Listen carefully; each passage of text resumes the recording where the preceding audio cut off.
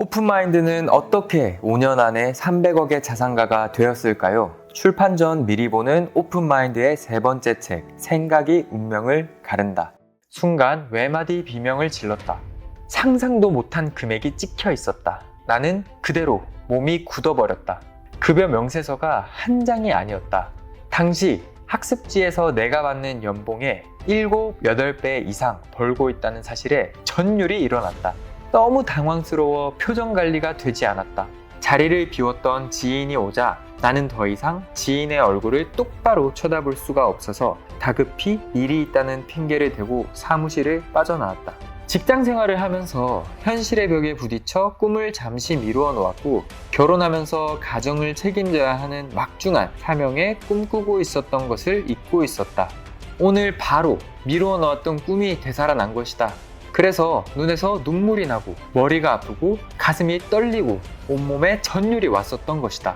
아마도 이룰 수 없는 꿈이 지인의 급여 명세서를 보면서 나도 혹시라는 가능성을 확인한 것이다. 같이 차를 마시고 같이 밥을 먹고 같이 운동하는 너무도 잘한다고 생각했던 사람을 나는 너무 모르고 있었던 것이다. 지극히 평범한 이웃 정도로 생각했던 사람이 내가 꿈꾸는 사람이었다는 것을 알게 된 순간 전율이 일어날 수밖에 없었다. 나는 내가 무엇을 해야 하는지 알고 있었다. 한 가지 확실한 사실은 내 자신을 이 상태로 내버려 두어서는 절대로 안 된다는 간절한 마음이 있었다. 인생의 게임 체인저. 기회는 준비하는 사람에게 찾아온다고 했던가? 학습지 교사로 일한 지 2년이 지나가고 있었다. 아무리 시간을 늘려 아이들을 가르쳐도 수입이 늘지는 않았다. 그 당시 아내가 했던 말이 기억난다. 여보, 10만 원만 더 벌면 아이들 피아노 학원 보낼 수 있는데. 아내의 간절한 10만 원을 더 벌기 위해서 토요일과 휴일에도 수업을 나간 기억이 있다. 그러나 10만 원을 더 벌어도 절대로 부자가 될 수 없다.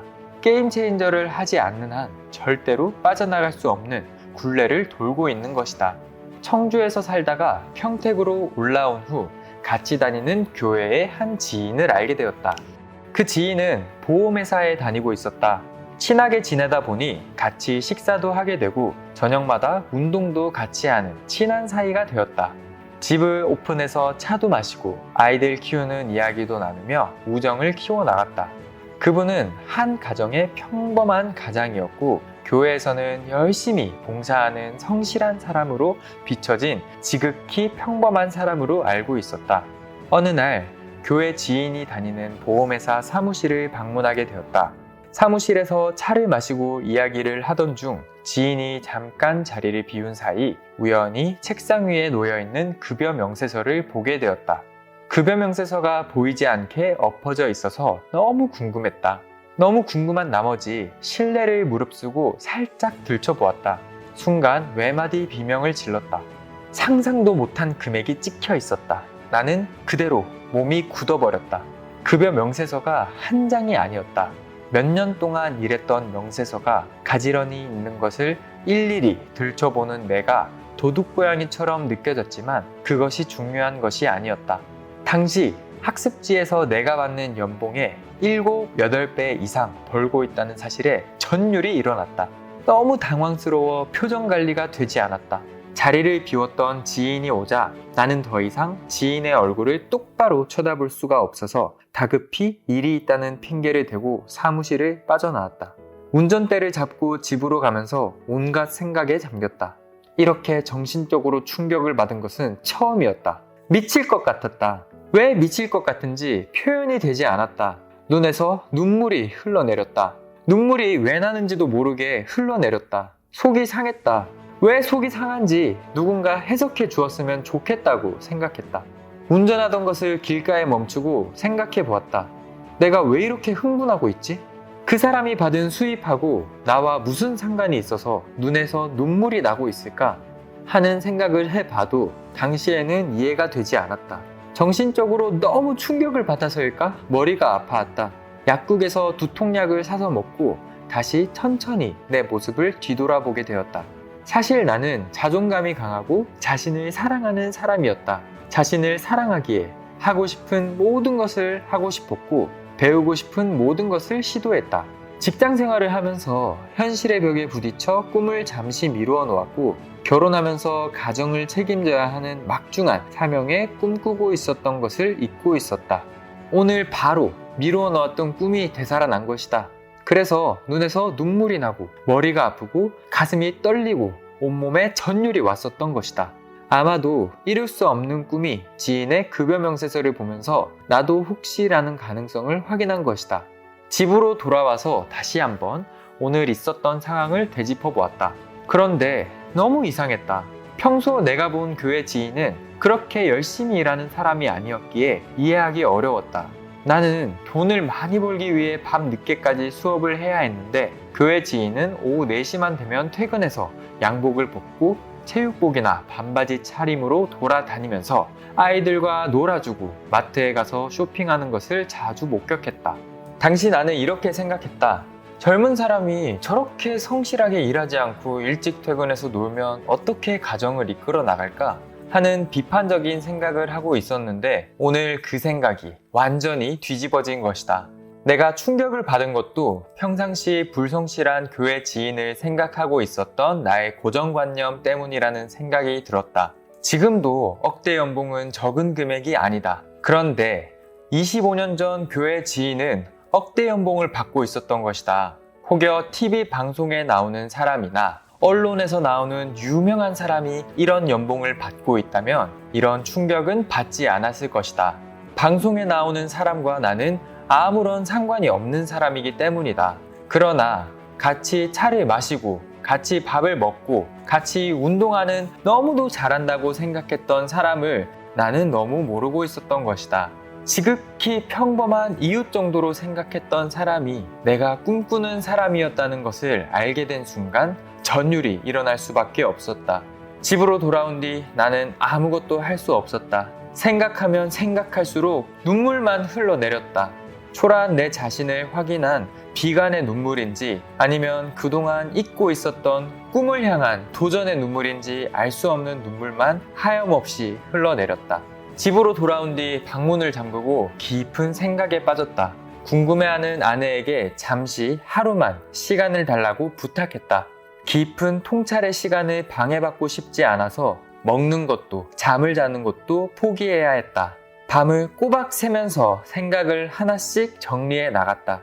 나는 내가 무엇을 해야 하는지 알고 있었다. 한 가지 확실한 사실은 내 자신을 이 상태로 내버려 두어서는 절대로 안 된다는 간절한 마음이 있었다.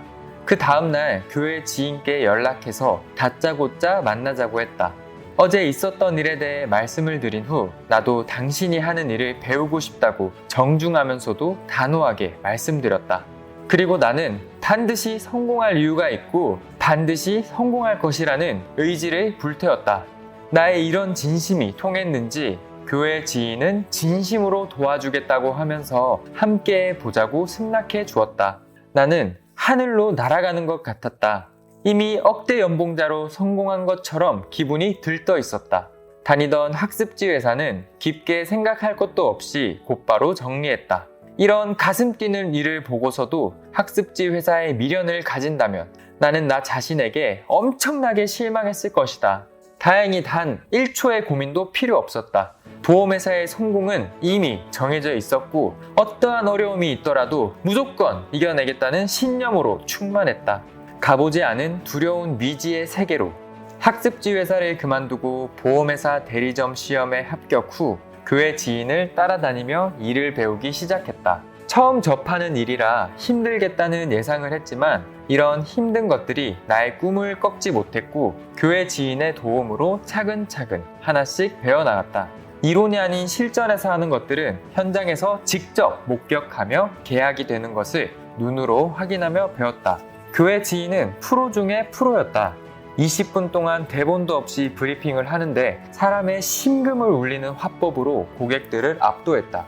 브리핑이 끝나면 계약들이 쏟아졌다. 실제 계약이 이루어지는 것을 두 눈으로 똑똑히 확인하며 나도 언젠가는 저렇게 멋지게 사람들 앞에서 브리핑해야겠다고 다짐했다. 시간이 지나자 초조해졌다. 주변에 설명을 해도 계약이 나오지 않았다.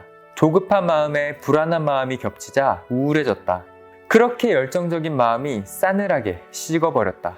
몇 번의 거절을 받고 계약이 되지 않자 실망스러운 자신을 보며 한탄했다.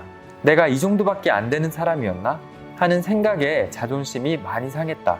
사실 세일즈라는 것이 쉬울 수가 없는 것이다. 보이는 물건을 파는 것도 아니고 보이지 않는 상품을 종이에 사인받기가 어찌 쉽겠는가? 이렇게 계속적인 거절을 받다 보니 갑자기 교회 지인이 위대하게 보이기 시작했다.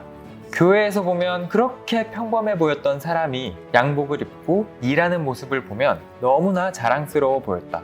대책이 필요했다. 다시 처음부터 기본으로 돌아가기로 하고 어디서 잘못되었는지 파악해 보았다. 보험 시작하고 한 달도 안 된 사람이 베테랑을 흉내낸다는 것은 사실은 무리이다. 나는 겸손하게 현실을 직시했다. 그리고 한 가지 계획을 세웠다.